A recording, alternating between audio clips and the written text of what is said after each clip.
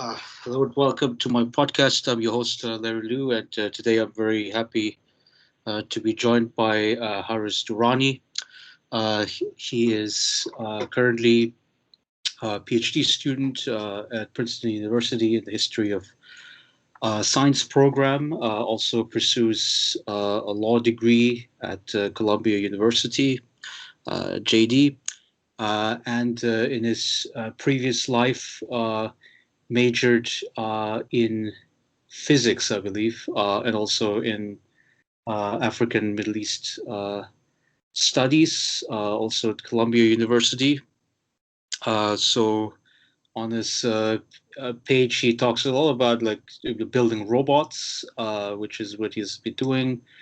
He was active in the Muslim Protagonist Symposium.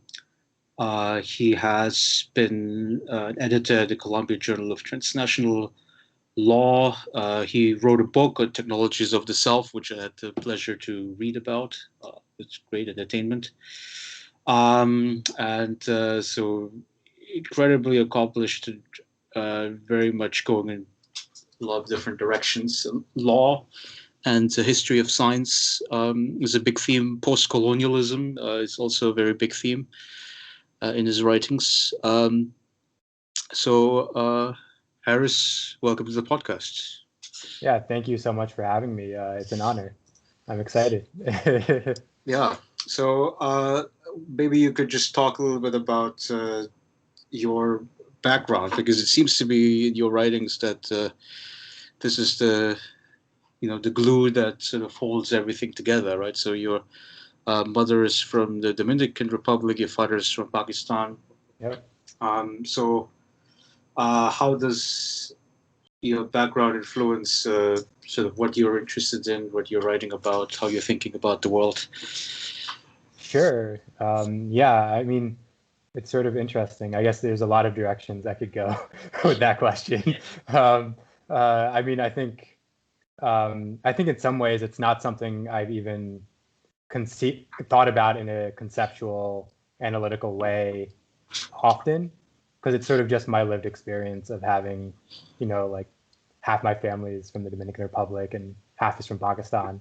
Um, it's just sort of a lived experience that's been a part of my life for as long as I can remember, obviously. Um, I mean, some of my literary works try to explore some of what that means, but I think even like, for example, in my book, part of what I try to do implicitly there is not even ask the question of what that means, but rather to just show an experience of what it is like to live with these multiple heritages. But even then, I think something else I would add is I think it's very interesting for myself personally to see the ways in which different family members understand the immigrant experience in different ways. Like, for example, I've sort of said this before in other places. I think in some ways my Pakistani family is, in some ways, maybe the sort of quote unquote more Americanized family. They sort of have the regular Thanksgiving dinners and all that sort of stuff. Yeah. Um, Whereas my Dominican family, we don't eat turkey. We have like plátanos and like chicken rice and that kind of thing. Um, Yeah. but even the Dominican side is very interesting as well because, as you might know, in the Dominican Republic, we're all basically uh, ethnically ambiguous in some way because there have been Mm. so many influences on the island. Yeah. Uh, and even in Pakistan, my grandparents initially were in the part of Pakistan, a part of what was originally pre-partition India, and which is now India, and they Yeah. had to come over during partition. So, and that family can also trace its roots back to um, Afghanistan, and at some point, I think the Durrani family was Durrani Khan, and before that, they were Cohen or Khan. So they're Yeah. originally a Jewish tribe crossing Oh, it's Afghanistan, sure. and then they Yeah. converted. So the more and more when I do try to conceptualize my sort of personal history, it always sort of unravels into all of these many layers that I always find really fun to explore and think about. Yeah. I still recall like AOC, Alexandria Ocasio Cortez, the congresswoman from New York. and she was talking about her own biography because the family is from Puerto Rico, I believe, and then she talks about the multi-racial identity of the Spanish seafarers, and then you have some African migrants who were brought in as slaves, and then you have you could say indigenous Native American Indian. Yeah. So there clearly is Yeah. sort of like a melting pot story there. Yeah. But and also just sort of curiosity. I mean, how did your parents meet? I mean, I must assume Yeah. you were born in New York City, right? So I was born in Connecticut. you're born in Connecticut. Okay. They met in New York, which is the sort Yeah. of typical New York New York story, maybe in some ways. We went to school together. I mean, or No, they just had mutual friends in New York. oh, I see. Yeah. Okay. Yeah. So you have very eclectic interests. So you write about law. You write social theory. I mean, I see your references to Foucault, which you very proudly sort of display. And then there's the science and technology side of you. Uh, Talk a little bit about your intellectual influences and what readings have you encountered in your upbringing, and sort of what inspired you to studies in such eclectic fields. Yeah, certainly. Yeah, this is also a dangerous question because I could go on forever about all my favorite No, you books. should. You should. You should. You should. Absolutely should. Yeah, I mean, I'll start with my first favorite author was Isaac Asimov, who I always loved Asimov, not only because of the substance of his stories. I mean, he's famous for writing I, Robot and coming up with the three laws of robotics, and writing the foundation novels. And he also wrote over. It's debated how many books he actually wrote, but it's somewhere between 400 to 600 books. Um, and he wrote them in almost every discipline. He himself was trained in, I believe he had a PhD in biochemistry. And so he would write books on science. He would write, obviously, science fiction. He wrote entire volumes on the Bible, on Shakespeare. So he was someone who, from a very young age, I was very attracted to because he had these very interdisciplinary interests. And he was also an avid writer, of course, so that was sort of the way in which he channeled his many interests. And I think I initially had very much sort of a love affair with Asimov, and I still do. But I think as I continued to sort of read his work, I also realized a lot of the sort of misogynist and racist elements of his storytelling. And I sort of got into a lot of other great fiction, like Kurt Vonnegut, also who I believe he had an engineering background, and he wrote a lot about engineering, of course. Octavia Butler, Frank Herbert, people like that who really influenced me from a young age, not only in terms of my love of science fiction and literature, but also in showing me the ways in which thinking about science, literature, post-colonialism weren't separate strands of thought, but could be conceived in one sort of creative way. At least for them, that avenue was through books. And I think I'm Muslim as well, and I've always had a fascination with a history of Islamic science and Islamic philosophy. And what I've always been so impressed by in looking at people like Ibn Sina, for example, who wrote the Canon of Medicine, which was Avicenna was his Western name, I believe. Right? Yes, yeah, exactly. So his Canon of Medicine, it was like his magnum opus on medicine obviously, was used in Europe. I translated and used in Europe until around, I think, the 1700s. Not that Western use should be like a value measure. And his book on philosophy, his canon on philosophy was also a major work. And then other people around him, like Al-Biruni, who I actually like a lot more, who was debating with Ibn Sina. The scholars like this, it's very difficult to really pinpoint where their disciplinary position was, because they would be doing experiments, trying to, for example, like Ibn Sina and al-Biruni have a whole debate in the year 1000, where they're around the area of like Iran, Uzbekistan at the time, and they're debating whether vacuum exists or not, and they're doing experiments with flasks. But at the same time, they're contemplating the possibility of other worlds. Ibn Sina comes up with philosophical puzzles that later get used to create like science fiction stories, or what later on we might call science fiction stories. And then they're also thinking about and dealing with the politics of their time as well. And when one goes and looks back at those scholars, just like when one looks at Isaac Asimov, it's hard to really pinpoint where they stand disciplinarily.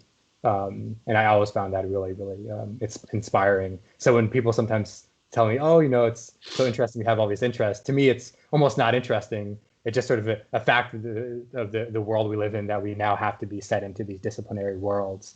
But historically, that hasn't always been the case.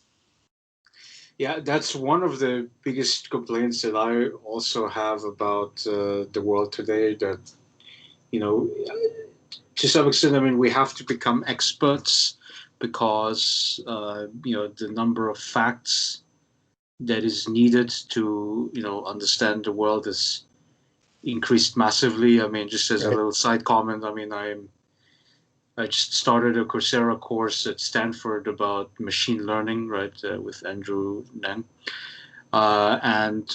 It's just introducing me to terminology that, I've never thought about, right? So, but it's, but yeah, because it's so complicated, right? The world is so complicated, and that's why we have to break people's, like, the knowledge into different sections, and then you're supposed to become an expert.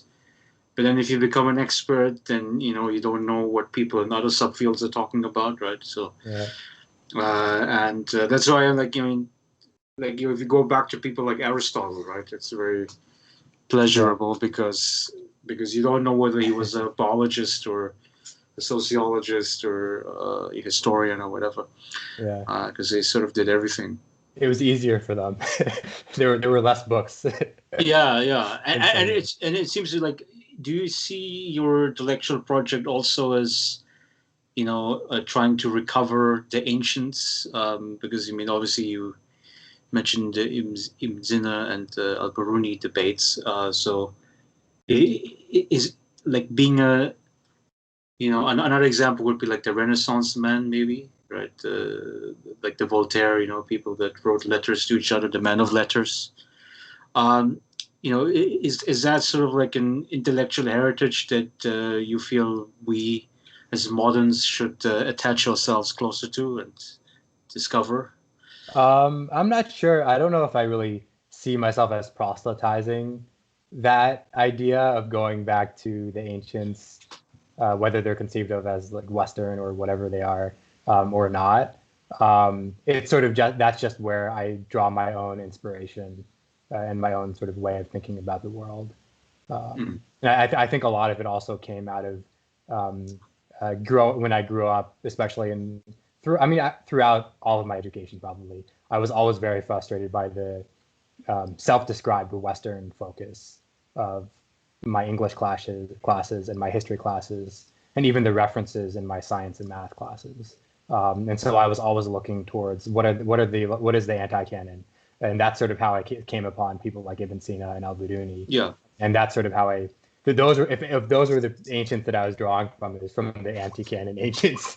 But even then, I'm not sure if I would be proselytizing that today. It's just sort of my own personal take, and when I do encounter people who have some resistance to interdisciplinarity, I'll draw on that history.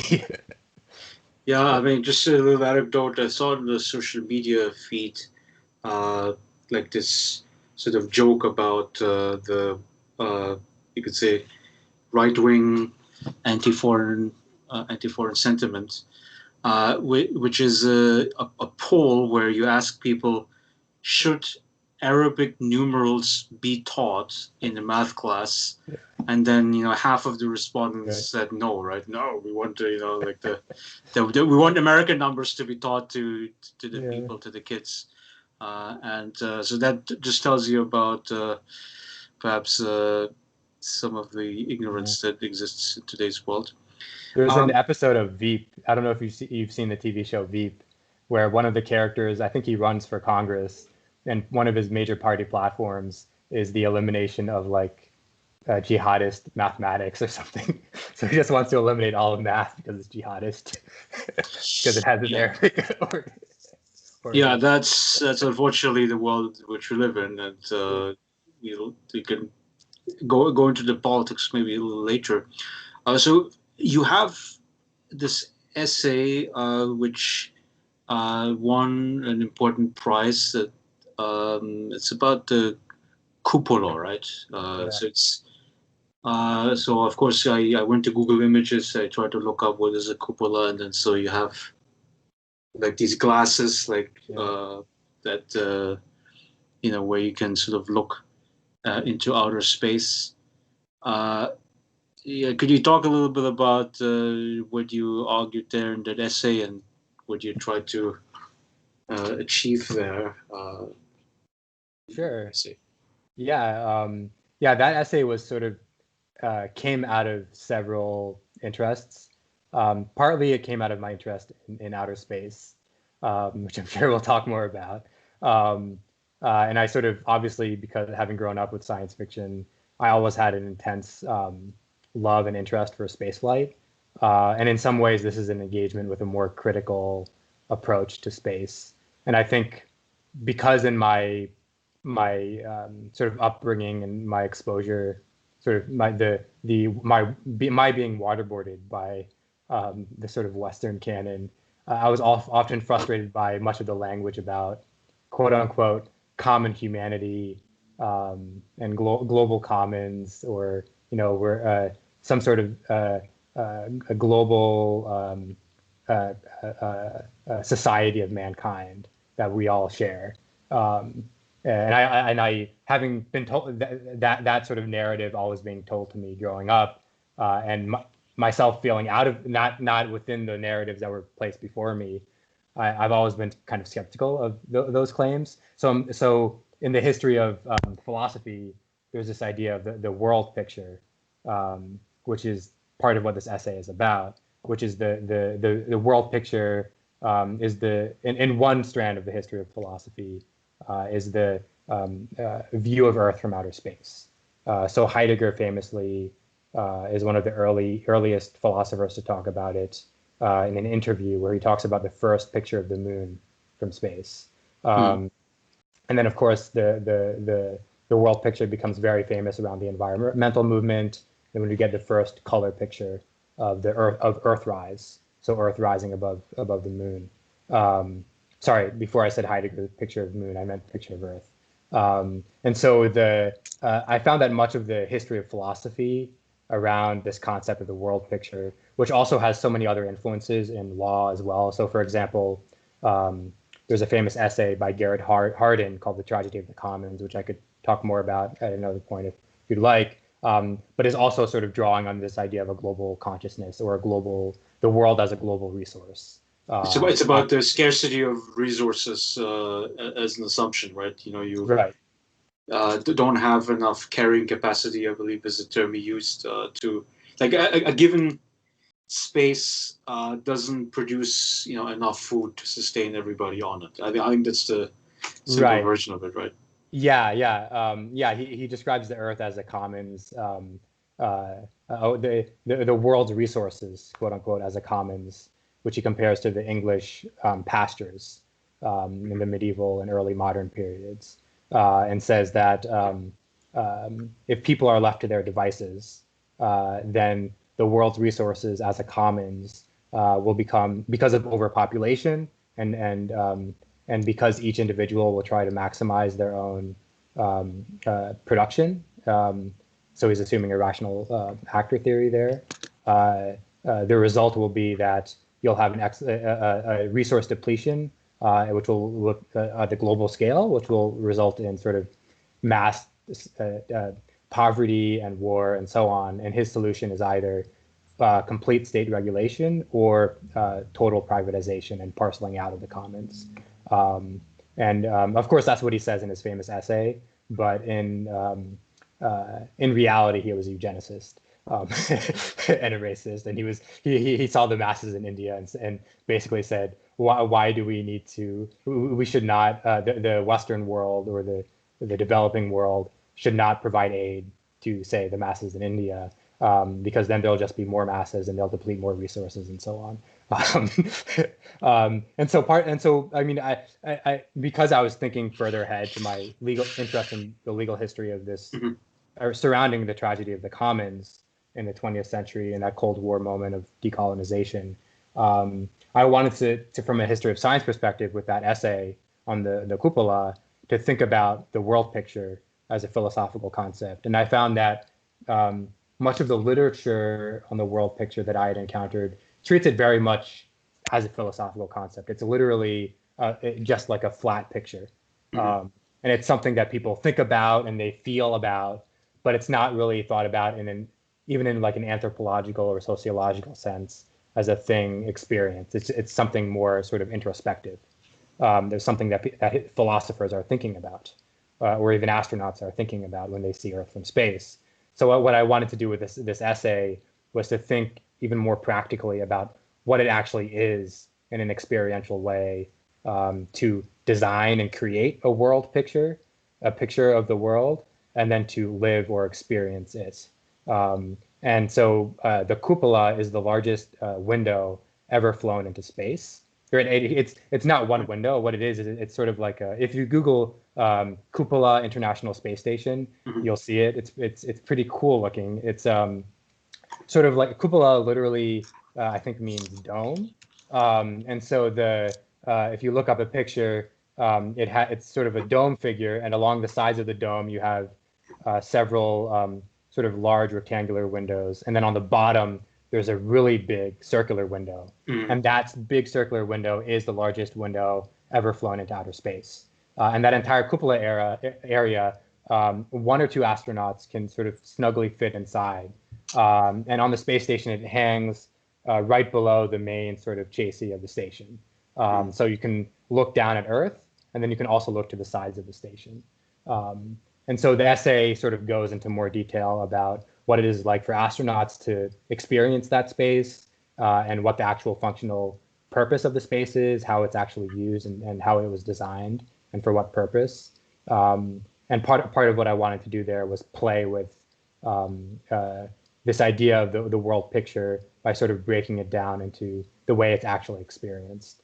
And in some ways, I'm critical of the literature on the world picture, and in some ways, I'm sort of building on it as well. Um, yeah. Yeah. So you have so the purpose of structuring the cupola in these ways. I mean, with this one giant window in the middle, and then on the side you have windows as well. I guess it's about seeing the space perhaps better. Um, yeah. So what are some of the Sure. technical specs that you could talk Yeah. about? Yeah, I mean, what's interesting is if you look at most of the sort of popular literature, the sort of articles or astronauts talking about the world picture, actually not even astronauts, because I can get into that in a second, but in general, the sort of the way the media covers the world picture is it's very much like, there's this idea called the overview effect, Mhm. which was coined by Frank White. And the overview effect basically says that um, when astronauts see Earth from outer space, they have this kind of transcendental experience, this sense of a borderless Earth in which we're all interconnected. Uh, and so that's very much, in some ways, a Garrett Hardin tragedy of the commons way of thinking. Mhm. And the cupola is thought of in that way. It's a space where the astronauts go to sort of have this experiential transcendental experience. Yeah. But when you actually look at the reasons for its creation, it was pretty functional. I mean, the reason it's placed the way it's placed is because it was meant to be a sort of monitoring location for the station. Mhm. So you can monitor spacewalks when spacecraft come to the station. You can make sure everything is looking all right. You can monitor repairs of the spacecraft. or sort of anything you're doing with a robotic arm. So it was a very functional. It was made for a very functional purpose, and not only that is it trying to sort of control the rest of the station or be a vessel for the control of the rest of the station, but it was also designed to control the way that the astronauts themselves use it. So if you go into sort of the NASA history around the cupola, it's really interesting how much they've thought about how the way the windows are placed will limit or enable the capacity of the astronauts to see outside of the space station. And even if you look more broadly at the way astronaut life works in the space station, as it's very sort of regimented. There's a schedule and a timeline and so on sent from ground control. So there are all these ways in which astronaut life are sort of modulated and controlled. That isn't just this sort of la-di-da, like we're in space, yay for all mankind kind of narrative. Yeah, and I think many space historians and others have come to critique in general that notion that space is this, apolitical world. And I generally agree with that. But what I'm also pointing to in the essay is that there are moments where astronauts do have some kind of transcendental experience, but it's always modulated and moderated by the technological and political conditions around the space station and the design of the space station itself. So, for example, some anthropologists of space and space historians talk about how sociology of space and anthropology of space shouldn't think about, for instance, the idea of space, qua space, meaning the sort of networks and connections that are sort of endemic to cybernetics in the Cold War, but rather should think about an anthropological sense of place, a sense of sort of being experientially in a place. That's not quite reducible to conceptual categories like networks and systems. And what's very interesting is that if you look at the history of the design and use of the cupola, it is very much about, it was designed to ground the astronauts in a particular sense of place, but with a functional purpose. And even when astronauts do feel some sense of place as a sort of deep experience, it's not always one of transcendence and common humanity, but also alienation. And when they look outside of the window, they don't always feel connected, but sort of realize how distant they are from everything else on Earth. So there are all these sort of variegated, heterogeneous ways of experiencing the world picture that sort of undercuts the very abstract ways in which the world picture is thought of in philosophy and public discourse more broadly. Yeah, I mean, I don't know much about the life of an astronaut, but I've heard of a documentary, I believe, where if you return back to Earth after you're done with your mission, there's quite a bit of a physical readjustment process that has to happen, right? Because you have to adjust to the gravity, because there was no gravity when you were up there, so presumably your muscle mass decreases, right? And which means of course you had to exercise while you were up there to keep your muscles alive. Right. But I mean, do I get that right? I mean, there's some physical adjustment process that might be taking months or even years for astronauts coming back to Earth. Yeah, it takes a real toll. And I think there was actually even a study, because they had a Russian and an American and an American astronaut go into space for a year. And so they did some studies on the American astronaut, his brother, he has a twin brother who stayed on Earth that whole time, obviously. And so they sort of measured the differences between them. And I think, I haven't followed up on the study, but I remember initially there were some reports that they had found differences even in the genetics between them, slight differenwas. So you get a genetic mutation while you're in outer space. It's not. I'm not a biologist, so I'm not going to comment further on this. But it was something about the DNA that affects, I think, lifespan or something like that. but don't like no one, please no one quote me on this. You can Google it, and I'm sure there's an updated report because it's been a few years since then. So presumably you would live a shorter life once you were I'm in not outer sure. space. Okay. I'm not even sure if that specific Yeah. effect would have any real effect on lifespan. But Yeah. So okay, let's talk about your other paper where you so you go into uh, law now, the law of outer space, and by the way, I will link all of your articles into the description box once we post this. But so in your legal essay, you write about how outer space is regulated, and you take a very critical perspective, right? You criticize uh, this idea of private property as it is applied to things in outer space, right? Where U.S. law basically would not constrain it, and so just for our audience as a little background, the idea of private property, of course, is intellectually derived from John Locke, right? He says that if you add your labor to a piece of land, right, and then you produce goods out of that, usually food or buildings and stuff, then whatever you generated on that piece of land is yours. And that seems to be the idea that the U.S. government applies to outer space. But okay, if I were to defend this narrative of the U.S. government, I would say that okay, what whites did to Native Americans, right, when they first conquered the North America, was we could say an original sin, a crime maybe.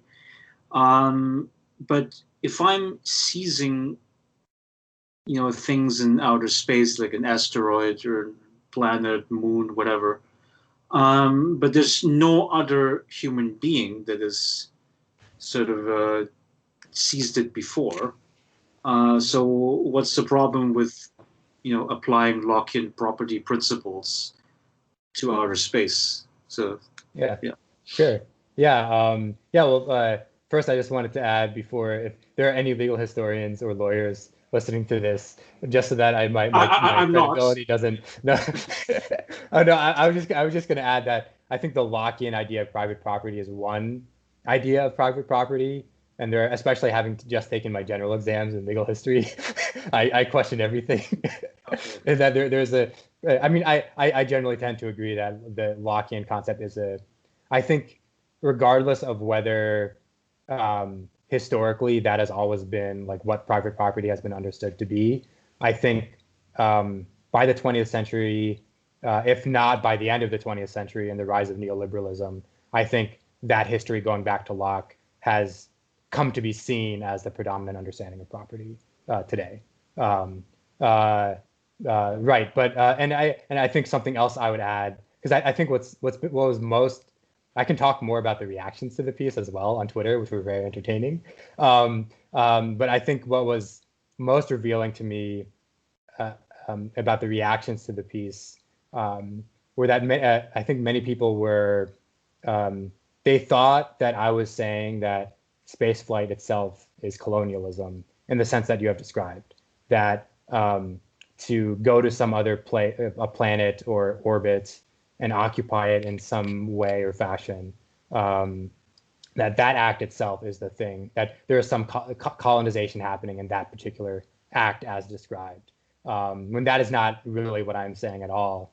And what's also interesting is that many people have reacted to the piece by saying, oh, this is being too critical of space, when actually I think what I'm trying to do is punch maybe in both directions with the piece. And in some way, I'm punching against the, if not right wing, then libertarian or even sort of moderate left position about sort of the need for spaceflight. At the same time as I'm criticizing the radical left position that, oh, why are we paying for the International Space Station or satellites when we could, pay for community governance, alternatives to police systems, schools that need money, Basically, improve life on Earth. the Green New Deal, yeah. right? Okay. And part of what I'm saying is that space itself is necessary for life on Earth. So much of our communications, our disaster relief, the knowledge we have about climate change, the way we get media, our ability to monitor resources on Earth, the use of satellites to wreak violence on people on Earth in colonial and post-colonial ways is all there. It's all part of Earth. And even the extraction of resources in outer space affects the economy on Earth. And that's the way in which I'm thinking about space as colonialism. And I think much of the maybe more Lockean approaches to private property in outer space are thinking only in that sense about negative freedoms, right? About the freedom to sort of do whatever you want in space without thinking about the structural positive freedoms that affect not only different actors' ability to access space, but also in general to reap the benefits of space infrastructure and space flight in general. Yeah. So one of the arguments about anti-capitalism, which usually is formulated by the left, is this idea. You could call it a neoliberal idea, which is that nature is a cornucopia, right? Which means you can take from it as much as you need. You can look at your short-term profit and wealth interests, and I mean, from my end, I think it's a convincing narrative, but then you hear about people like Elon Musk and now lately Jeff Bezos, the Amazon CEO, now the richest man in the world. It's like $180 billion plus in net worth. And of course, we know what Musk says, which is, we got to do outer space exploration. And Bezos now says the same thing. I think in an interview like 2 or 3 years ago, he said, I'm ungodly rich. Well, I'm not quoting him, I'm paraphrasing him. But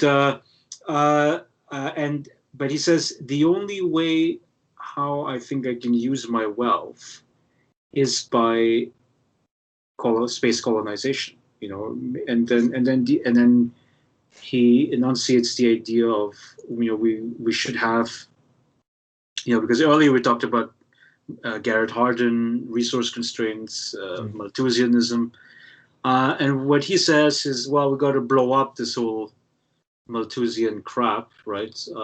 Like climate change, whatever. And we should, colonize outer space. We should have, now I'm quoting him, trillions of human beings with thousands of Mozarts and Einsteins, which, of course, is very interesting that he chose those two individuals as examples. But so what is your conception or your viewpoint about this, nature's cornucopia and whether space exploration is used as a salvation to economic growth? Yeah, I think, I have a lot of disagreements with Hardin, obviously, but I think what's so interesting is that Hardin himself, and I think it was a 1959 essay or 1958 essay, actually says that he talks about the idea of generation ships and of leaving the problem of sort of one solution to the problem of so-called the limits of growth on Earth is to just leave Earth and colonize other worlds with generation spaceships, these huge spaceships with whole populations in them. And he basically critiques that idea and says that, no, we have to solve the problems on Earth. So I think even within a Hardinian framework, it's important to stay on Earth and not just think that you can create these other utopias elsewhere. Yeah, I don't really have much to say to that other than to in this particular sense agree with Hardin. Okay, let's solve the problems on the planet Earth, including Yeah. climate change for sure. Yeah. And Uh, the thing is, I would include space infrastructure and spaceflight as part of the problems on Earth, at least with respect to sort of orbital satellites, and the use of resources from elsewhere, like the moon or asteroids for use on Earth. I would include that as part of the equation. yeah, so the satellites, so the usefulness of satellites, just to give like a very simple introduction to the audience here. I would think about maybe the weather. Like you need to snap photos of where the next tornado is gonna be, and also, yeah, what areas are gonna be affected, so you can have protective measures that local communities can take in advance. Um, you know, Yeah, but agriculture, I would think would yeah, be very important, like to track like soil nutrient quality and things like that, right? right, It, exactly. Yeah, remote sensing is a big part of it, for all of the reasons you just laid out. And then in addition, remote sensing also serves. I mean, that's how a lot of military operations work, obviously. Um, and in addition, communications, it's hugely important. So a lot of the debates that I'm looking at in my historical work, and from the 60s through to the 70s, 80s, and even to today, are about space communications, using orbiting satellites. And so part of the concerns from um, delegate from lawyers and politicians representing self-described developing nations, part of their concern with satellites is that is not only about remote sensing, so mhm. viewing Earth from space in the ways that you talked about, but also about communication and who owns the ability to control the infrastructure of communication. So, for example, you have Colombia, for example, a lot of delegates from Colombia were very active at the UN in debating um, in debating space law on that particular issue, on who has access to orbit. Yeah, I mean, and also one issue that comes up here perhaps is surveillance, the surveillance Yeah, state, and if we took a course together with Jared Vertesi, and we briefly discussed, like the sort of the Chinese supervision through the social credit scheme, right, where you basically get assigned a certain score of the social credit scheme, and that allows you to uh, get benefits, right? I mean, you can purchase train tickets more cheaply or flight tickets, or you can get like a mortgage, a cheaper mortgage, and things like that. If you do what the government thinks are good things, right? Like you right. don't, you're not too much of an activist.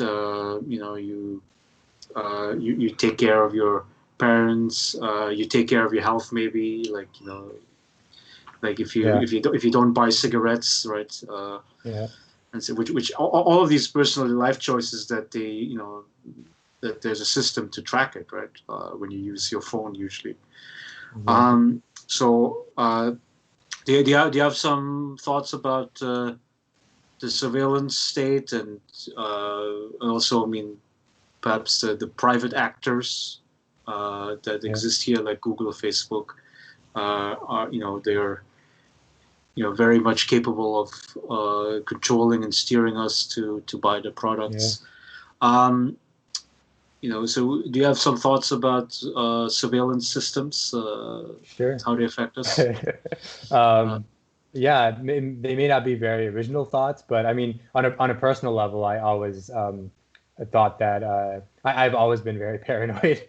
I think even because I grew up in the post 9/11, through 9/11, and then post 9/11. Um, and so I remember in middle school and high school, I was obsessed with the Patriot Act, and I thought that like if I saw a car pass my house more than once per day, then I would think that I was being spied on by the FBI or the CIA, and I would write stories about surveillance and racial profiling because I Yeah. was so sort of obsessed and paranoid by it. So I think when people talk about it today in the Trump era, in some ways it doesn't really surprise me so much. I mean, I think maybe it's different now in the sense that, like you said, private actors now have a larger say and a larger role to play. But I also, in some ways, uh, am not too.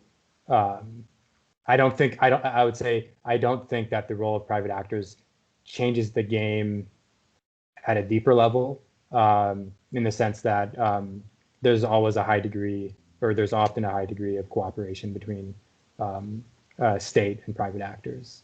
And that's sort of been the case ever since the East India Company. Right. So there was a book by Dalrymple, I think, is a historian, and he wrote about, you could say, the most successful corporation, I think, as he called it, right, which was the British East India Company, which in a time span of, I believe, 50 years or so, from the middle of the 18th century until the end of it, took this small possession in Bengal and basically expanded it over the entire subcontinent in South Asia. And I mean, so of course there were structural forces about, like, basically the interests of capital and the need to expand endlessly, but then also certain individuals, they played a huge role in that conquest as well, right? So Robert Clive, I think, is the main guy, who was really one of the brazen British generals who just said, well, look at these opposing forces like the Mughal Empire and whatever else. We can easily defeat them, right? Yeah, so it's corporate power really that works together with the states Yeah, to go on a yeah. conquest. There's a really great essay. I think Tim Mitchell's work on this really gets underwritten a lot. A lot of people. So Tim Mitchell, for those who don't know, he's a professor in Middle Eastern, South Asian, and African studies at Columbia. He sort of straddles multiple disciplines of like history, sociology, political science, Mm-hmm. a bit of history of science and technology studies. But he's most nowadays I hear people speak often about his book Carbon Democracy. But I think what's his most interesting work is his book Rule of Experts, and then two essays he published shortly before Rule of Experts, which came out in 2002. One of the essays is called The Limits of the State, and the other essay is called Everyday Metaphors of Power, which is a critique of James Scott's Weapons of the Weak. And in these essays, he sort of he talks about the distinction between public and private, or like state and non-state actors, and says that really what scholars, sociologists, and historians should do is trace the way in which the boundary between what is considered to be within the state and outside of the state itself is traced, because that boundary is used to make it appear as if power is not there when it is. And I always think about those two essays, because I think they're very revealing, the ways in which you can sort of shunt off or set aside certain either conceptual ways of understanding state power and corporate power, or legal ways of understanding them, Yeah, as a way of sort of hiding the underlying operations that are going on. yeah. I mean, so one of the thinkers that influences me is the Frankfurt School. I believe it was like Theodor Adorno and Max Horkheimer, and the main essay is like Dialectics of Enlightenment, and I think the basic idea is that it's about the fact that we use science and technology in the service of corporate power, world domination, like the imperative of economic growth logic, and yeah, it's almost it's almost it's a very pessimistic analysis, right?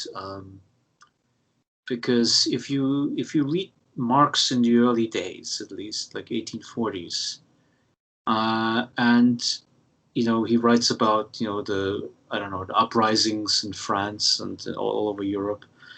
And there was a little bit of this hopefulness, right? At least in the Communist Manifesto. And then you basically fast forward, I mean, over 100 years at the end of World War II. And, what counts as being on the left politically is that you basically become a pessimist, right? You essentially don't think that, this idea of like capital accumulation, the alienation of the self through capital, serving money, the new god. We're never going to be able to overcome this, right? And do you also see this trajectory of the left that we sort of go from, the height of, we can overcome bourgeois society to, we will basically be forever trapped in the iron cage of rationality, as Weber calls it. Yeah, I know. I have a sense of what you're saying. I've thought much about similar questions, but I think less from an explicitly Marxist perspective, Yeah. and more from the perspective of postcolonial studies and critical secular studies, where so for example, David Scott, who's I think formally an anthropologist, but I think might qualify himself more as someone in comparative literature. His book, Conscripts of Modernity, talks about, or sort of rereads the Black Jacobins. And part of the question he asks that Scott asks in Conscripts of Modernity is, the Black Jacobins was sort of written in this moment where C.L.R. James and his peers felt that they were in a moment of the possibility of emancipatory politics, Mm-hmm. of a truly of a revolution that would bring them beyond the colonial condition. And Scott believes, he sort of lays out the pessimism that you're describing in some way, where he sort of says by the end of the 20th century and the rise of neoliberalism and the sort of failure. I mean, there were of course all of these independence movements, but also there were so many counter revolutions and so many ways in which many people feel these moments of independence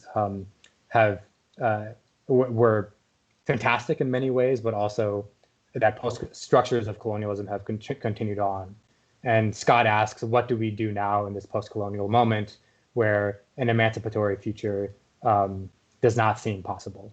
And so he rereads the Black Jacobins through that lens and finds ways in which C.L.R. James is actually also in some ways anticipates this post-colonial moment. And Scott's position, part of what he does is he looks at the Haitian Revolution and Louverture. I'm terrible. I know some French, but I still can't pronounce it very well. But the way Louverture, the revolutionary leader, after the success of the Haitian Revolution, he had to, in some ways, make an impossible choice where obviously there were no more slaves. People were no longer slaves. But how would he keep the economy and the society running? Either he would have to rely on the economic dependence from France, or what he ended up doing in part, at least initially, was to reinstate the slave economy, but just without calling them slaves, and to have like paid workers, and many of even the former slave masters sort of became, bosses. So in many ways, the structures of the economy were continuous. And Scott describes Louverture's predicament as the predicament of the sort of prototypical colonial intellectual caught in these conscripts, in these conditions of possibility, of needing to make an impossible choice. And he in some ways talks about, he also critiques Louverture as well, and says that part of his failure was his inability, his hubris in thinking that he could come to a sort of very clear solution, and also his inability to sort of to consult with his peers as well, and to think of it as more of a collective decision to think about. And Scott talks about this mode of thinking as a tragic mode. And in his other work on the Granada Revolution called Omens of Adversity, which comes after Conscripts of Modernity, he talks further about this sort of tragic pessimistic mode and how it's not quite pessimistic, but also is generative. And he talks about how in the aftermath of the Granada Revolution, and one example he gives is he talks about literature, and he also talks about a group of, I think it was high schoolers, who embarked on a project to write the history of the Granada Revolution and the American invasion, which is very complicated in Granada's past. And it actually hadn't really been written in a systematic way before. And he talks about how by sort of those kids embodying that tragic mode and engaging with the difficulty of their ongoing post-colonial past actually generated a moment of historical remembrance and sort of persevering and maintaining parts of their history that might otherwise have been lost. And how, so in some ways, the tragic sensibility is actually generative as well. I myself don't totally, I can talk forever about David Scott. I really love, I found it very generative to think with. And he actually has a really great essay called The Tragic Sensibility of Talal Asad, where he describes the anthropologist Talal Asad as a tragic thinker in many of these same ways. I actually think he's wrong, because if you look at some of Assad's other interviews, I think there's a great interview called The Suspicious Revolution, where Assad recounts a conversation he had with Edward Said, where they're debating about like empire and revolution, and Said keeps bringing up all these different examples of like, how do you defeat empire? It's like, oh, you have a revolution, you have legal reform, political reform, culture, books, artwork, whatever. And Assad always counters with, oh, there'll be a counter revolution. You know, this won't work for this reason. It's all bound to fail. And then at the end of the coffee chat, Edward Said says to Talal Asad, he's kind of frustrated. He's like, what the hell? What do you want from me? And then Assad says, I think at the end of the day, all we can do is make them feel uncomfortable. And I think I'm still thinking through this myself, but I really like Assad's tendency to sit with discomfort and to make others feel uncomfortable, because I think that can be a very generative practice as well. I mean, even in my own work on the Bogota Declaration, which is where several equatorial nations claim sovereignty over geostationary orbit, it was when they did so at the UN in the mid-70s, it caused an uproar. And a lot of people were very disturbed. I mean, that's sort of the language they use. They're like, what, who are these people to claim geostationary orbit? And it sounds like a totally ridiculous claim. Like, what effect could that kind of legal claim have? Yet it's astounding how anxious, especially Americans, were about claims like that from so-called developing, underdeveloped nations in space. And that actually affected much of even the domestic U.S. Regime for regulating activities in outer space, simply because they were anxious about the instability that global South claims would make to the legal certainty in outer space.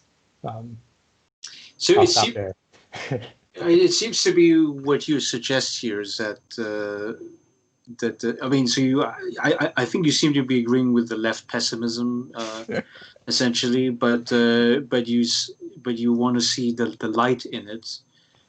You could see, you call it the generative aspect, and yeah, the generative aspect might be that, well, we sort of revel in the cynicism, right? We really enjoyed that. Well, okay, you want to overthrow this regime, you want to impose this constitution, but sort of the fundamentals of social organization, right, seems to be hierarchy, right, where you're going to have some people at the top, they'll make the decisions, and then you're going to have the masses of people at the bottom, and then they sort of have to carry out the orders from the top. But you see, one of the things that I've been interested in, and I mean, of course, you might be as well because of your technology focus, is whether there is some, you could say, revolutionary possibility contained in automation, in machine learning, and things like that. Where, I mean, like the stuff that I read about nowadays is because of the pandemic, a lot of service sector areas are being shut down or massively reduced. When shops are starting to open up again, there's a greater focus on using robotics because presumably they wouldn't spread the virus in the same way as human workers would. In our education sector, I mean, we of course have to contend with the fact that online teaching would be playing a much bigger role than it did previously. So, do you see that with the automation technology today, that it could have broader implications on overthrowing the sort of slave master hierarchy, and would sort of necessitate something like a basic income, perhaps to to take care of the population, essentially. I guess my short answer is no. It's not clear to me. I'm skeptical of technological determinism. Yeah. So it's not clear to me that a technological change will immediately bring about a political change, or that they can be thought of in separate terms either. I think a lot of it will depend on contingent moment. This is the historian talking on the sort of contingent moments in which the technology comes to being. And I'm not really sure how. I'm not really sure that would definitely come to be. I mean, I think I would also just modify my previous statements by clarifying. I'm not really quite a cynic in this, maybe in the sense that you're saying. I'm still. I think for me, I'm always skeptical of the finality of claims to truth, absolute truth, or absolute political solutions. And I think that skepticism is not necessarily skepticism writ large. I think it opens up many possibilities as well. Like going back to al-Biruni and Ibn Sina, in their debates, Ibn Sina tries to make all of these truth claims, and al-Biruni doesn't even make claims himself in counter, but he's just very skeptical of all of Ibn Sina's claims and says, oh, well, what about this? What about that? And I think it's not like an inherent skepticism that drives al-Biruni's questioning of Ibn Sina, but rather the sense of there always being other possibilities that are beyond his own way of seeing. And I think it's actually for that reason that when they debate for, in one instance, whether there are other worlds with like other laws, natural laws.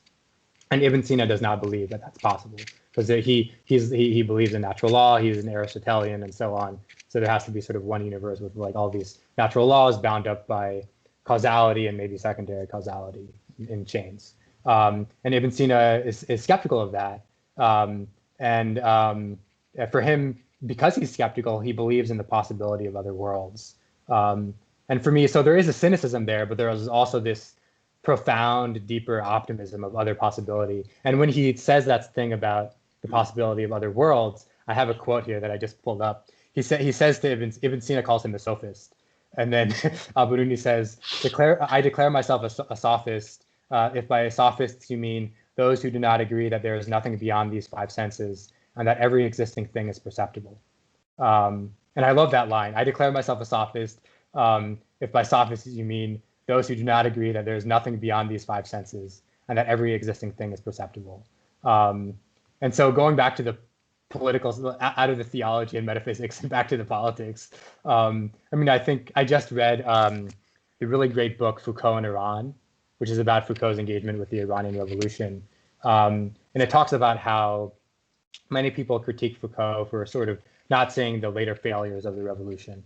And what the book does is it sort of defends Foucault's arguments in saying that he wasn't thinking about the broader sort of structure. I mean, he was obviously concerned about broader political structures, but Mm. what he saw when he went to Iran and observed the revolution was, I think he has a line somewhere where he says that he always thought of the collective as something that like God that you never see.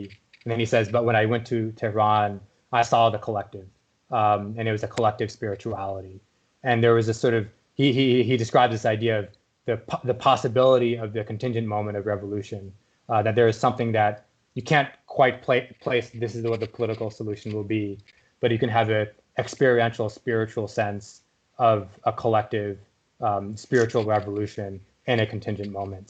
And I think that's, for me, there's cynicism, but also at a deeper level, this profound sense of possibility.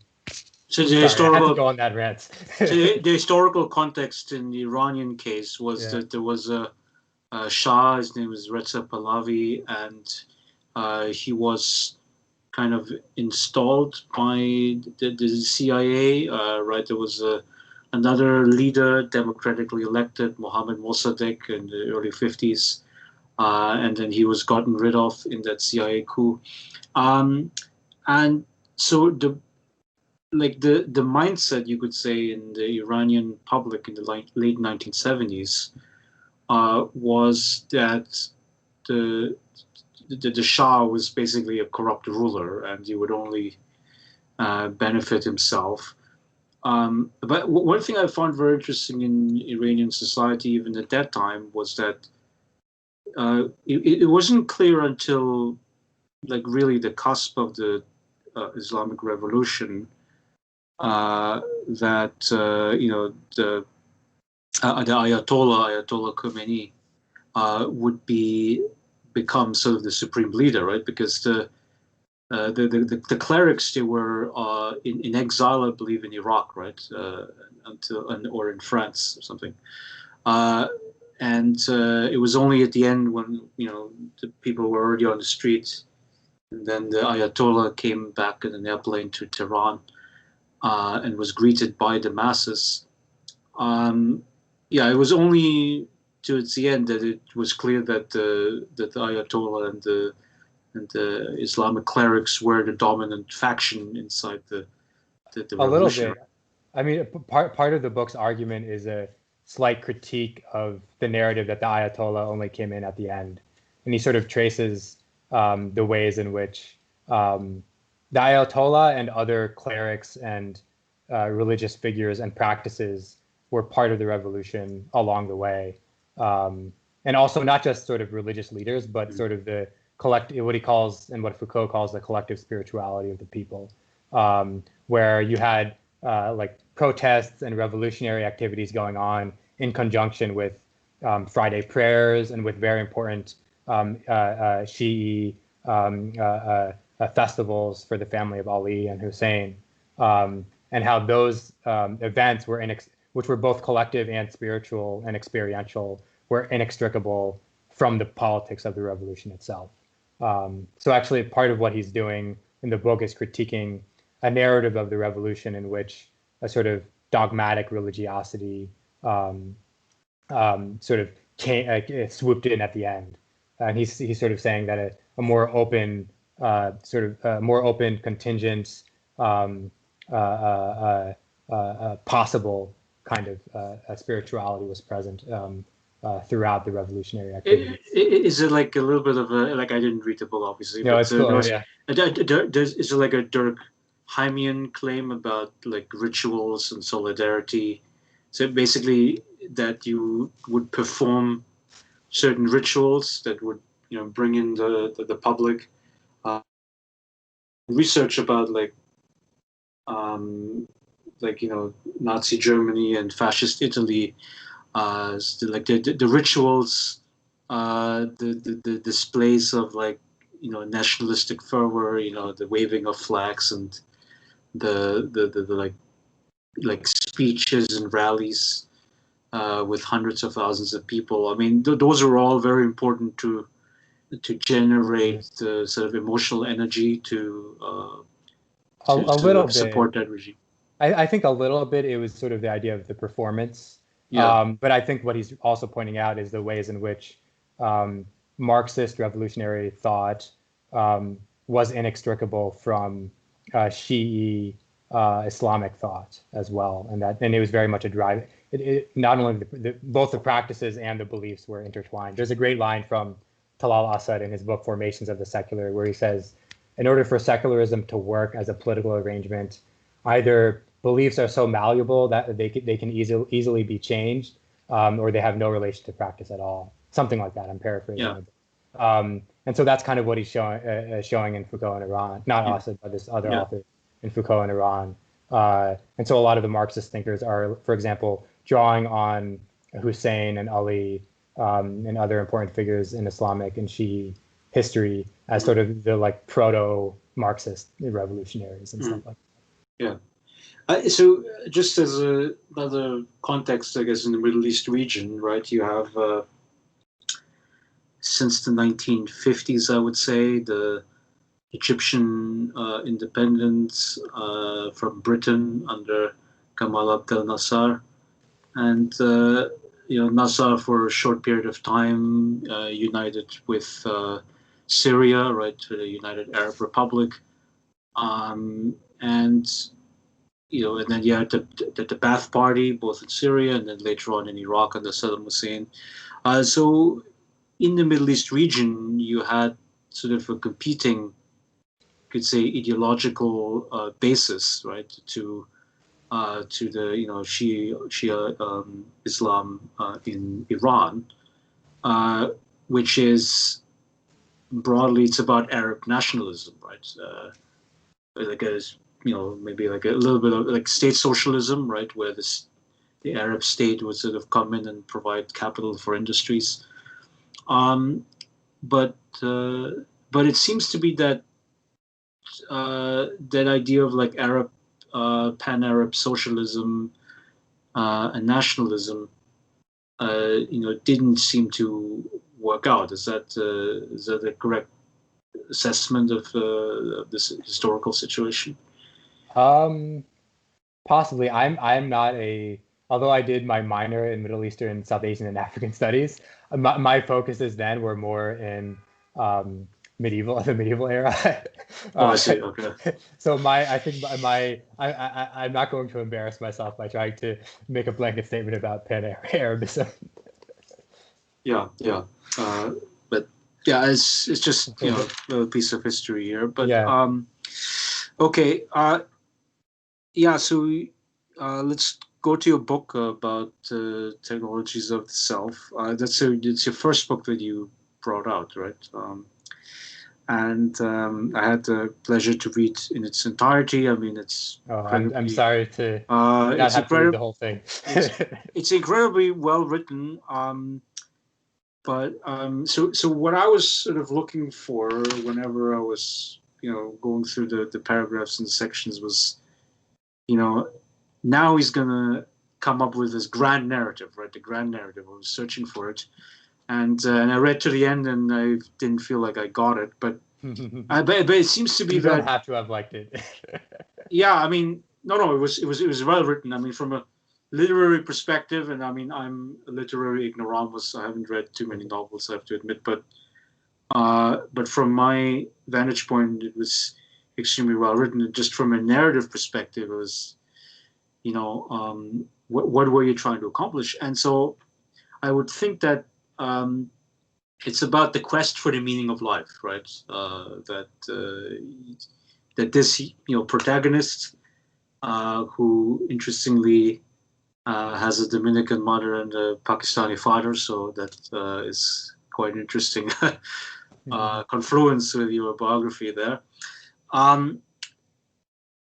Do you see that as well? I mean, from the author's perspective, I mean, is that what you try to implant onto the reader? I mean, to sort of episodically go through memory, right, about what I've experienced, in part very traumatic experiences, like Uncle Tomas, who was whipped in his ass by his father for accosting the teacher. So talk about your grand vision, if there is one. Sure. Yeah. I would say it's not. I mean, I suppose one could. I mean, I'll first say that when the book first came out, I did a lot of interviews and I talked a lot, like sort of self-analyzing the book with with my interviewers. And then now I'm thinking, oh, like, should I just let readers analyze it for themselves, or should I try to help explain explain what I meant? Then does Yeah. my intention matter to the reading of the text? um, but I'll having said that, I'll try to maybe say something to your question. Um, uh, yeah, I mean, I think I tend to. I think in some ways it's my attempt to understand the nature of to understand politics in a particular way, and in many ways it's an exploration of Foucault's famous line: "The subject becomes the principle of his own subjection." I mean, I think I always get very frustrated whenever someone talks about sort of top-down power and hierarchical power, and then they cite Foucault when that is not at all what Foucault is talking about.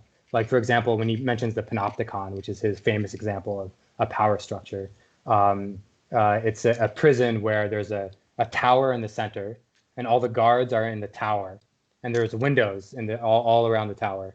And then on the outside, on the circle on the outside, are all the prison cells, and the prisoners are in the cells, and there's windows in the cells. Mhm.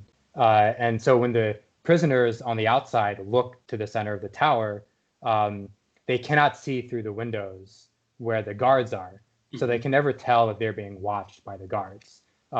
So they will always sort of behave. This is one example Foucault gives, but they will always behave as if they're being watched. Yeah, yeah, that's right. And so he talks in general about sort of other ways in which sort of subjects becomes the principle of their own subjection. And then, Mhm. of course, Fanon's Black Skin, White Masks is a sort of another more post-colonial instance of this.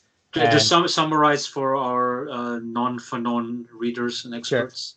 sure. I mean, Fanon's basic a question is how do colonized, particularly Black peoples, um, become the subject of their own subjection and Mhm. act in ways where they internalize the little white man inside of them, basically. And in many ways, that's what.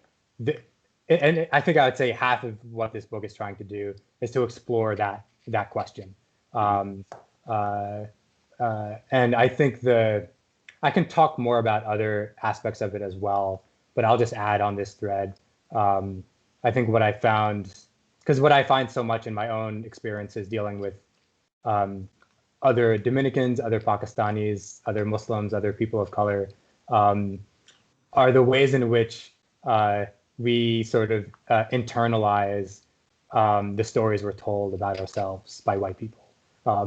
And in some ways, the story is a grappling with that, with the character's own perspective and point of view, at the same time as it's in some way trying to disturb um, a white liberal reader's understanding of what it is to be a Dominican Pakistani Muslim growing up in Yeah. America.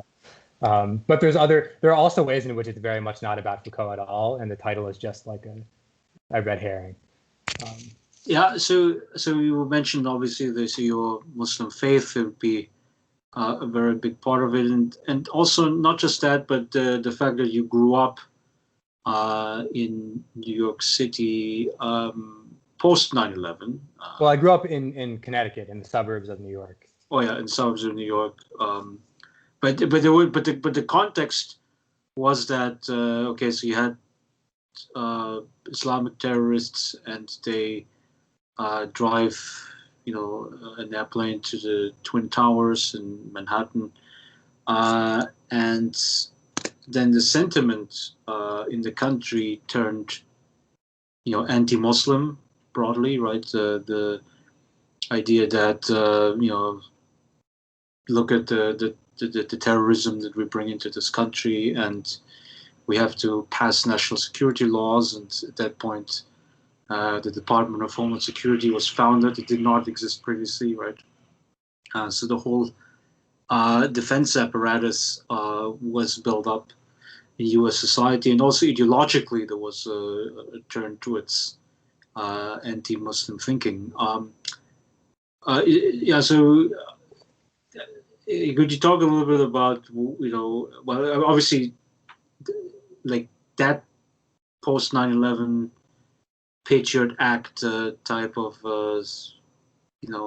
experience is has found its way into the novel, right? Um, yeah, I would say that that's there. It's not so explicit. There's actually a short story which came out in McSweeney's in their 50th anniversary edition. That's a prequel story to this novel.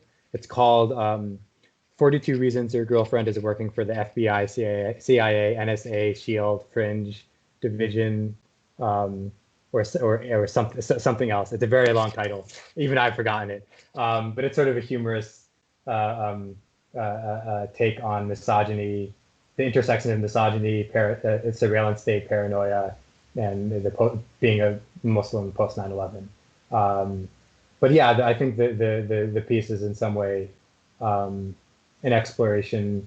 I think not explicitly of the surveillance state, um, but of um, again the way in which the narratives that we're told influence how we live in very everyday lives. It's not sort of big picture stuff, but the sort of everyday. So the main character's name, the way what he calls himself. His name is Jihad, but he calls himself Joe, and you don't even realize that his name is Jihad until about halfway through the novel, because he himself doesn't want to talk about it, Yeah. or the way he sort of interacts with like girlfriends or his friends, these sort of very minute ways in which this post 9/11 world affects. But I think in other ways it's not at all about post 9/11 at all, Mhm. because it's drawing on a deeper history of um, and of othering people who are outside of the what is thought to be the mainstream of society. But I'll just add, because I think I never quite answered your question about the grand narrative. I'll just add that I think my approach to storytelling is that I think it's related to this as well. What we're talking about here, which is that my approach to storytelling isn't that I think if a story is giving you a direct message, then you may as well just write like an essay or like a work of nonfiction, like an Yeah, academic that's right. book or Yeah, something. yeah. I think the purpose of a story is to And relate that's my experience. bias, by the way, right? Yeah, So no, no, that's no, why I'm that's no, asking. Yeah, no, that's yeah. totally fine. I mean, there are also like stories can be great as well with a message. But for me personally, I enjoy stories, and I find sometimes they're better at indoctrinating people if you're not upfront with your message, or if there isn't an explicit one in the first place, but rather if you're not even more subtle, but rather are interested in relating an experience. Um, because I think that gets to what I was saying earlier about Foucauldian power, the way in which it's diffuse and it's not just this hierarchical top-down thing, but is also very introspective and experiential. And I think it also gets at what we talked about earlier about the claim to a big solution. And in some ways, by refusing to offer a clear political solution in my book, I'm offering, or You're I'm offering trying the at least to problems. offer You're offering problems. offering the problems, but I'm also offering the sort of daily ways in which one can through everyday experience participate in revolution. That isn't one big moment, but rather is a series of choices one makes in one's everyday life. So the title of the book actually isn't. I mean, it's indirectly a reference to Foucault's idea of techniques or technologies of the self, which are those particular ways I described earlier, the panopticon being one example, in which the internal subjectivity of the subject is controlled to control themselves. Mhm. But it's actually a reference to the medieval theologian Al-Ghazali's notion of techniques of the self.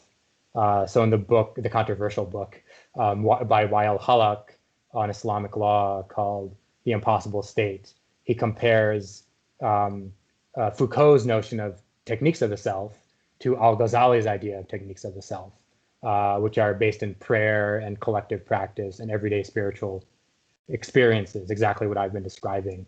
And he sort of posits them as an antithesis. Halak posits those al-Ghazali's techniques as an antithesis to Foucault's externalist state techniques. And he says that Foucault is actually a Ghazalian. So in many ways, the title of my book is actually a feint. Yeah, it's about subjectivities that is controlled by essentially not being part of the, you could say, the cultural mainstream, which I guess is in U.S. culture it's WASP, right, the white Anglo-Saxon Protestant. That figure in your novel Jihad, as we said earlier, has a Pakistani father, Dominican mother. So I mean, already, having to find himself outside of that, you could say, the cultural mainstream, and thereby having to, could you say, struggle harder to perhaps, fit in broader society? Perhaps. I mean, I don't think it's so much about fitting in. I think in some ways his trajectory is a one of claiming his, maybe this is being too explicit. I don't know if I'd quite say this, but something like claiming his otherness, or being, or I think in some ways the desire to fit in is a black skin, white mask inferiority complex. Yeah. I think we can see it very clearly with that relationship with a girl named Glory, right?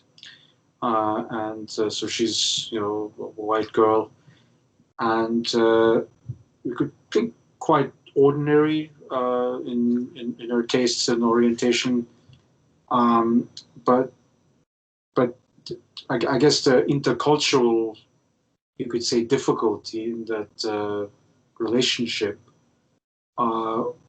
was I guess Jihad's attitude towards sexuality, perhaps, right? That he doesn't really want to go all the way, right? Maybe there's cultural prohibitions, being a Muslim. So how do you conceptualize that the role of that that relationship? Because I mean I would imagine that if Jihad chose a Muslim girl, maybe the tension, you could say, would be less. But you chose, you could say, the white girlfriend was sort of consciously chosen to convey the, you could say, the cultural struggles. Sure. Yeah, I think that's partly true. I mean, I think what one might read, again, I'm being cautious about how much an author should comment on the text. I think one way one might read that relationship.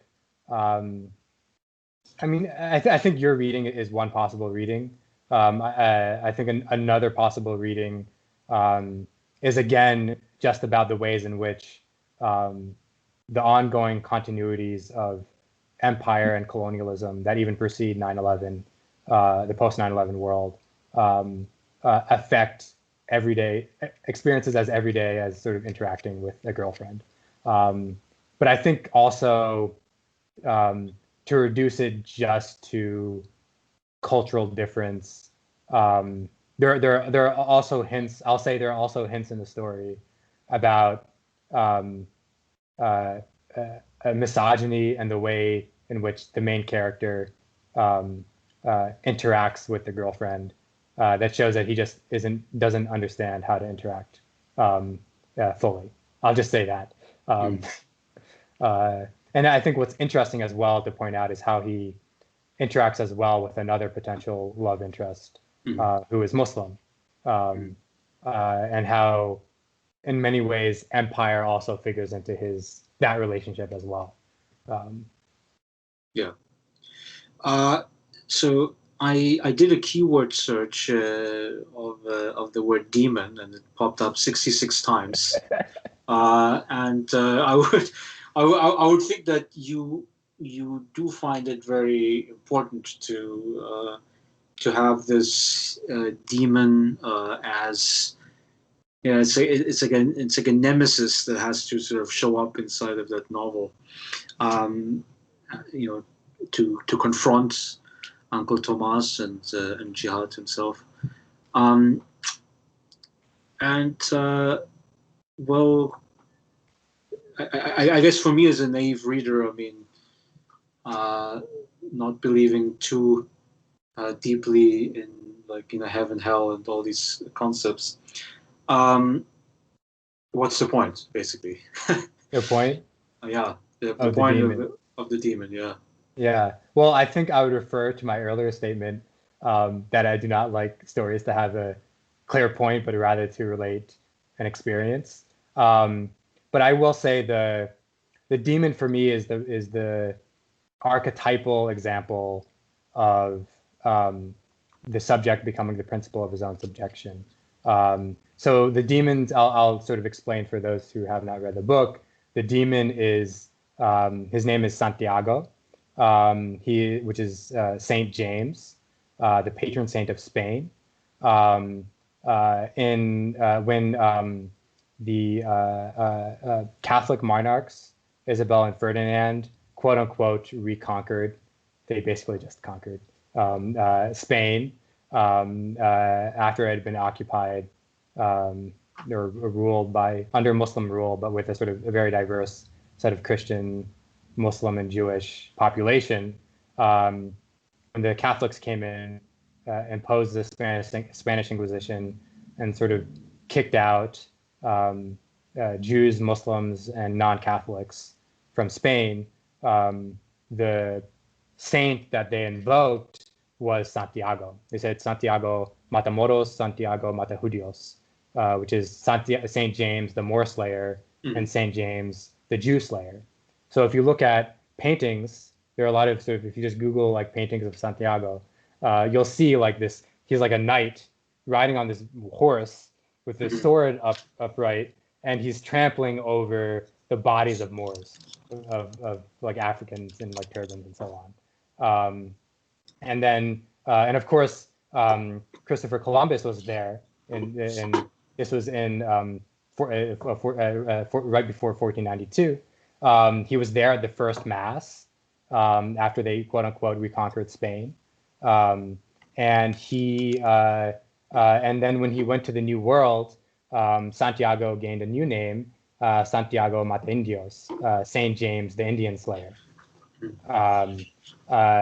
And what's very interesting is that almost every Latin American and Caribbean country, especially those with a past in Spanish colonialism, has a major city named after Santiago, Chile being most famous, of course. My mother would often tell me stories about how like many Dominicans, they have like little figurines, like statues of Santiago or pictures of him. And nobody ever talks about the fact that he's like stomping over these Indians, Jews, and Moors and Muslims, right? And so he's this perfect example of this thing that we venerate, but he's also the symbol that's been the object of our oppression for centuries. Yet we like pseudo worship this creature. And so that was in many ways, I was thinking about like the incestuous nature of power, I guess you would call it. Yeah. About black skin, white masks, and how we're internalizing the white man. In this case, the white man is a time-traveling space demon named Santiago, who came from this colonial situation. And even if, like, for example, Gila Najjar, the anthropologist and scholar of religion, traces many of this is going back to the questions of surveillance, many of the modern structures around surveillance, race, and torture, in his argument, can be traced back to the Spanish Inquisition and their quote-unquote Reconquista, where notions of blood difference and other were in many ways created, and surveillance of the other. Like, for example, if certain people claim to have converted to Christianity, but then you saw water like coming down from their house around the time of prayer. Like, so Muslims they do like ablutions, washing before prayer. So if they had claimed they had converted, but then you see water outside their house, then they would say, oh, they didn't truly convert, and then they would take them away and torture them and so on. And even and so there are all these methods of surveillance they developed and of torture they developed that have become intrinsic, that sort of framed much of the way the modern state thinks about racial difference and control today. So in many ways, Santiago is like the sort of like the demon of the like symbol of modernity itself. And even if you look at in Othello, which is another great example of black skin, white masks. Othello, spoiler alert, Othello at the end, he kills himself. He takes the sword to his, I think it's to his chest. It could be to his knife. It's been a while. But he kills himself with a sword, and he says, I took this. He describes a time he says, I met a circumcised Turk in Aleppo once, and I took him thus and smote him thus, and he like kills himself. So that's like the killing of like the white man, the internal white man causes the killing of the black body, right? And guess what the sword is that he uses to kill himself with? It's the sword of Spain. And Iago actually comes from the root of Iago is Santiago, it's James. Mm-hmm. So all of these, I was trying to draw on all of these different metaphors and symbols of modernity and power and surveillance that have this very old, not very old, but relatively old history.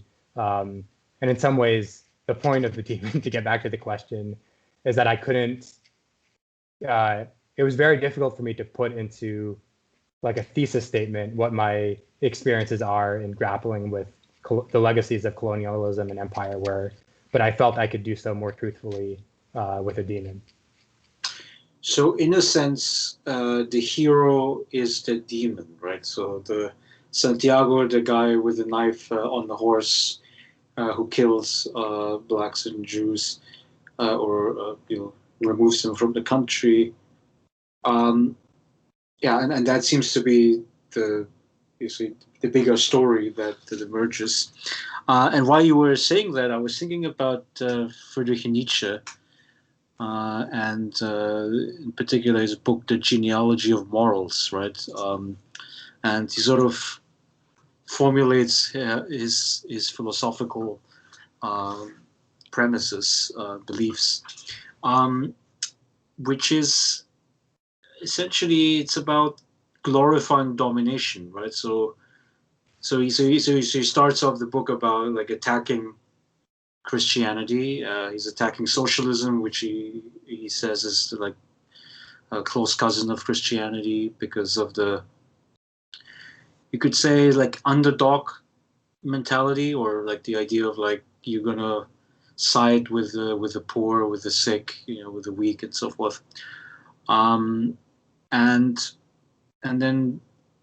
then you're like, well, okay, if you're against humanitarianism, right, which is, I would say, is at the heart of socialist, Christian, and maybe to some extent also in Islamic philosophy. Well, then what are you in favor of? And so he glorifies ancient Greek, right?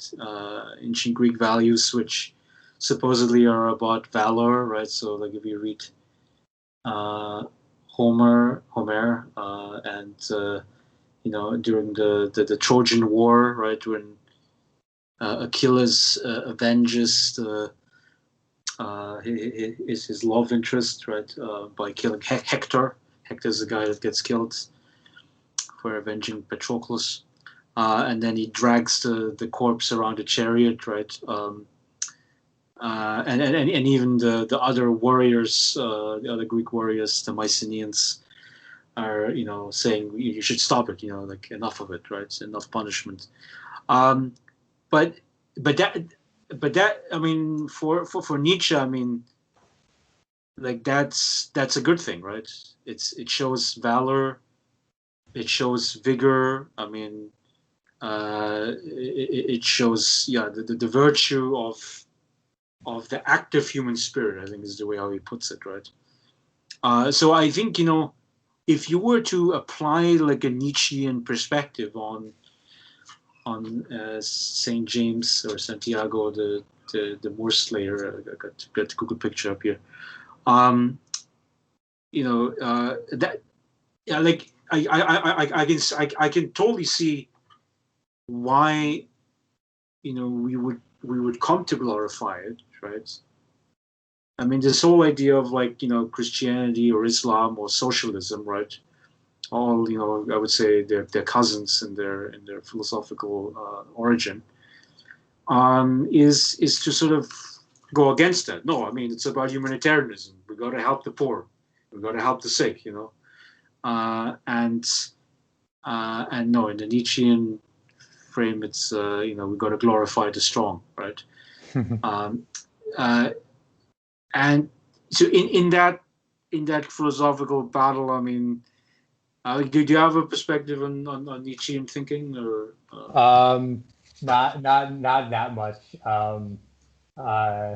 Yeah, I mean, I think that's I will accept your reading, the Nietzschean reading, the critique of the valorization of the strong. Um, I think that could work. Well, for him, he's praising it, right? I guess the well, critics. your critique of the praise. Okay, yeah, that's right. Yeah. Yeah, I mean, in many ways, it goes back to, again, the reticence to accept the big solution and to live with the small. Revolution happens in the small moments of life. Yeah. I mean, something else I would add, that in addition to, I think in many ways, the story is also playing with, on the side of the protagonist, the structure of the hero's journey. But I won't elaborate on that. I won't try to overanalyze it too much. The other thing I would just add about the demon and the hero figure of the demon is, in many ways, I think he thinks of himself as a hero, but he also wants to be forgotten and to not be seen. And this again goes back to the surveillance question of, in some ways, he wants to be like the guard in the middle of the panopticon, but he doesn't even want people to realize that, the prisoners to realize that there are guards at all. He sort of wants his presence to be, he wants a controlling presence, but he also doesn't want his presence to be known at the same time as he is doing the controlling. And so I think in some ways that's also the why it's useful for him to be this fantastical figure, because power operates in these elusive ways. So I think the reticence to believe in Santiago is exactly what he wants you to be reticent to believe in him, because then it's easier for him to go about his machinations. And I sort of find that myself when I try to explain to people who maybe haven't had my experiences, what my sort of interaction is with the structures of power I feel around me. There's a great quote from Octavia Butler, I think, with relation to her book Kindred, where she says, people have to think what it's like to have all of society arrayed against you. And I think in other ways, that's sort of what I'm trying to play with Santiago, is that it's exactly that sense of almost like being gaslighted, that he loves. And so that sort of ambiguity about whether he exists or not in the first place is exactly part of the question. It's about the issue of the invisibility of power, and power sort of reproducing itself more or less by being invisible, and then I guess my question to you then would be about the sociology of intellectuals, right? Which is to say, what is our role, our duty? Because it seems to be what you embody as a I would call you a public intellectual here now, in this context, is you seem to be right. You write these texts, which have an incredibly subtle message, and I can clearly see what the message is now. I mean, talking with you for over an hour now, So do you have a position on this question of what intellectuals should do? I mean, what kind of you could say, service they provide to broader humanity. Sure. Yeah, I think in some way I'm a reluctant liberal about this, in the sense that I find that there are many intellectuals, especially historians, and some anthropologists, who are very critical about the role that ideas play in the world, um, uh, and sort of, ideas are in some ways separate from the materiality, in a Marxist materialist sense, like the material structures of the world. And I agree with that in so many ways, but also, why are these people also like, why do you continue to write your books if you don't believe that your books mean anything in the, like, in some ways I just have to reluctantly believe that my ideas have to mean something. Even though I also like recognize all the materialist structural conditions in which I'm able to have the time to think about and write my ideas and publish them and have people read them and people listen to them if they do at all. Um, uh, so in some sense, I think also it comes from personal experience, in that so many of the people who have influenced my own life have been intellectuals or authors. Um, and so much of my own personal transformation has happened through books. Maybe that's just because I'm a nerd, but also because I've been privileged to have a certain education in which I have access and have been exposed to those things. Um, Although also much of my reading was often sort of reading against whatever I was told to read. Um, uh, so I'd be assigned something in school, and then I would read something else, and then come into school and talk about why the thing we read was wrong and this other thing was right. Um, so for me, ideas always had this immense power, even though they have all these materialist contingencies. And then I think at the same time, I do see the role of the intellectual. I think there are ways in which intellectuals can play a materialist role. And I'm often frustrated by this. Is now I'm opposite. I'm arguing in the total opposite direction, but I'm often sometimes frustrated by the way, I think not so much intellectuals, but especially writers, like authors, will talk about the value of like freedom of speech and the purity of the marketplace of ideas. I mean, this is sort of endemic, but it especially came to fruition in the notorious Harper's letter that came out earlier this summer. Mm.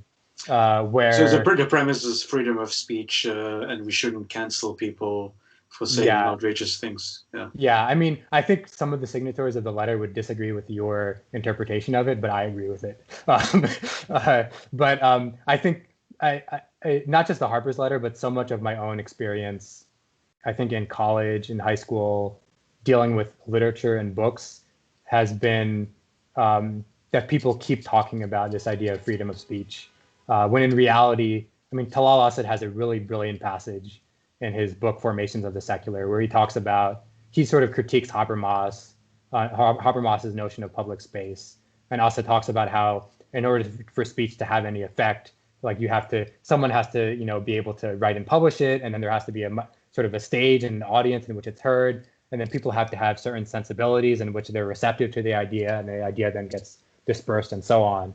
So there are all these material. Just to step back for a second, so the Yeah, Habermasian assumption of the public sphere is that you could say everybody's equal, right? So I can go up to the stage, grab the microphone, and then everybody would listen to my voice, and that's sort of that's the implicit assumption in the Habermasian public sphere, is it right? I believe so. I myself am not a scholar of Habermas, so I Yeah. will. That is my understanding of Assad's description of Habermas in Yeah. the process of That's right. critiquing. At least the point is to critique that idea of a neutral public square. There's a great line. This is a bit of a tangent, but there's a famous case called Skokie, where I think it was in the state of New York. There was like a troop of Nazis, I believe, or like neo-Nazis that marched through a predominantly Jewish neighborhood. And there was a court case about freedom of speech on this issue. And one of the Jewish activists, she said something like, because there's a famous phrase, the marketplace of ideas and free speech. And so she says something like, marketplace, what marketplace? What are you selling on the marketplace? The freedom to kill, or like something like that.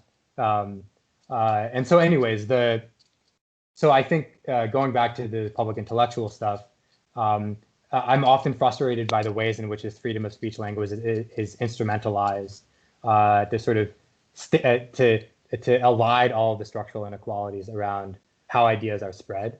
So my co-founding of the Muslim Protagonist Symposium was one way to think about those materialist conditions. Although I'm not sure if I would have put it in those particular terms back then, but that's what I was hoping to do with my peers at Columbia, was to create a platform where voices we felt were not being heard or were not being given a platform could at least try to have one by sort of leveraging the Ivy League institution that was Columbia. I'm not sure to what degree that was effective, but that was at least the intent, and it's still ongoing. It's an annual symposium now. And I think, for if being an intellectual means becoming a professor or a published author, I think it's not just about publishing your books and articles and talking and doing great interviews like this, but the fact that people like you are creating these platforms and distributing them and creating these ways for the infrastructure of speech to be variegated in other ways. Yeah, I think that's incredibly important that, we don't just use sort of like the old ways of distributing information, because there's also like a lack of trust in institutions in our country. I mean, where, half of the people say, well, Fox News is completely unacceptable, right? And mostly people who walk in our circles in the Ivy League institutions, and then sort of the other side says, well, you guys listen to your NPR and read your New York Times, and you are trapped sort of in your own information bubble. And then sort of the complication as well, how do you reach people with new ideas? And I think that the podcast was sort of the best way to do that. Now, obviously, not everybody is going to be very famous. I mean, you're going to have people like Joe Rogan, for instance. I mean, I just checked yesterday, he makes like $30 million a year. Wow. On his podcast. And he just recently made a deal with Spotify, where it's probably a lot of where the money comes from now. So with regard to the intellectuals, there was this one essay I was reading by Karl Mannheim. He was a Hungarian intellectual sociologist, and there was this, and the essay was titled "Sociology of Intellectuals." I forgot his broader argument, but the one line that was stuck in my head was about this idea that if you get your PhD, right, or if you get your formal degree, then you can no longer call yourself really an intellectual because you maybe have spent too much time sort of inside the walls of the academy, and then you sort of lose your intellectual spirit. I mean, do you think that the you could say the vigor gets drawn out of us in the academic world? I mean, or is it I don't know, the opposite? No, it's actually a safe space where we actually get to we get to create our ideas. We get to pursue the ideas that we wouldn't be able to pursue outside. Yeah, it's a good question. I don't really know. I think maybe because I'm in the process right now, it's hard to see outside of the fishbowl. But I mean, yeah, I mean, I can. In some ways, I want to say yes in both directions, or yes and no. I think there are a lot of ways that even though it's a safe space, I think the questions that are able to be asked or that people are likely to ask can be influenced by one's place and whether it's the institution or the department that you're in academia. On the other hand, you can still have a lot of fruitful work. Again, I sort of, my positioning is the Assadian disturbing position of disturbance, to always be slightly uncomfortable wherever I am.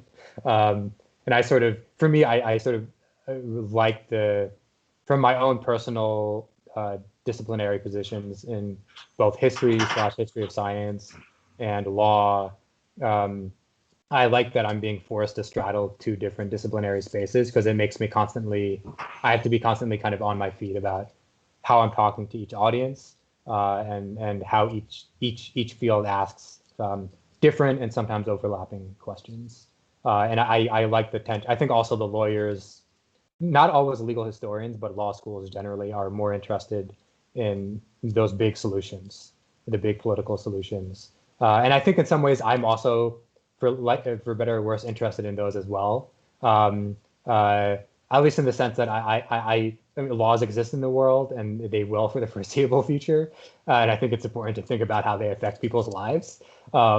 So in that sense, those matter. And I like the tension between that sort of big solution thinking and the sometimes more fine-grained and less and more careful thinking of a history or history of science mindset. And I like having to, for me, that's a productive tension. I don't know if that really answers your question, but I think I'm just to say that there are ways in which one can be perhaps innovative within the academy, but it depends, and I'm still in the fishbowl.